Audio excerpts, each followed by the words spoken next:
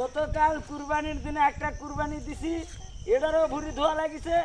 আজকে একটা দিলাম ভাড়ার খাসি, এটারও ভুড়ি ধোয়া লাগিছে। বউ যে আমার রাজরানী, বউ তো ভুড়ি হাতি দিব না, মায়া খালি খাই দেয় আর ঘুমাই রে। এই কষ্টের কাম করে কে? হ্যাঁ, তেলা কিসের ভুড়ি সাফ করছো? মুগরির না? আর না না, মুরগির ভুড়ি দুঃখে আসে সাফ করবার লাগলো, তো একজন আবার আসে আবার ভাড়ার ভুড়ি দিল, এই জন্য আবার সাফ করছি। তাহলে বক ইনকা করে আরাম দিব তোরা। এখন কি করব বলো? আর তার মধ্যে এখন বর্তমান প্রধানমন্ত্রী এ একটা কুরবানির গরু কিনবে যাচ্ছে, আমাদের নেত্রী প্রধানমন্ত্রী আবার প্রধান নেত্রী নিয়ে যাচ্ছে, তো বইয়ে যেটা বলতেছে সেটাই শুনতেছে। তো আমাদের প্রধানমন্ত্রী যদি শুনে তাহলে আমাকে কত শোনা লাগবে ভাই। এই জন্য এখন বইয়ের জ্বালায় আসে ভুড়ি ধুয়ে খাচ্ছি। এরাই তো দেখেছি, আর কত কি এই চোখে দেখমু রে।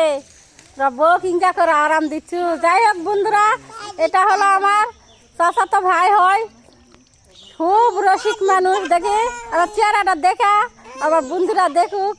না কিছু বললাম না, আমাকে সবাই চিনে অবশ্য, ওরে শালা পাগল মানুষ। তার ভাইয়ের গান শুনলে তো আনা আনা না আসা একদিন দেখাস তো। আচ্ছা, ভাইয়ের গান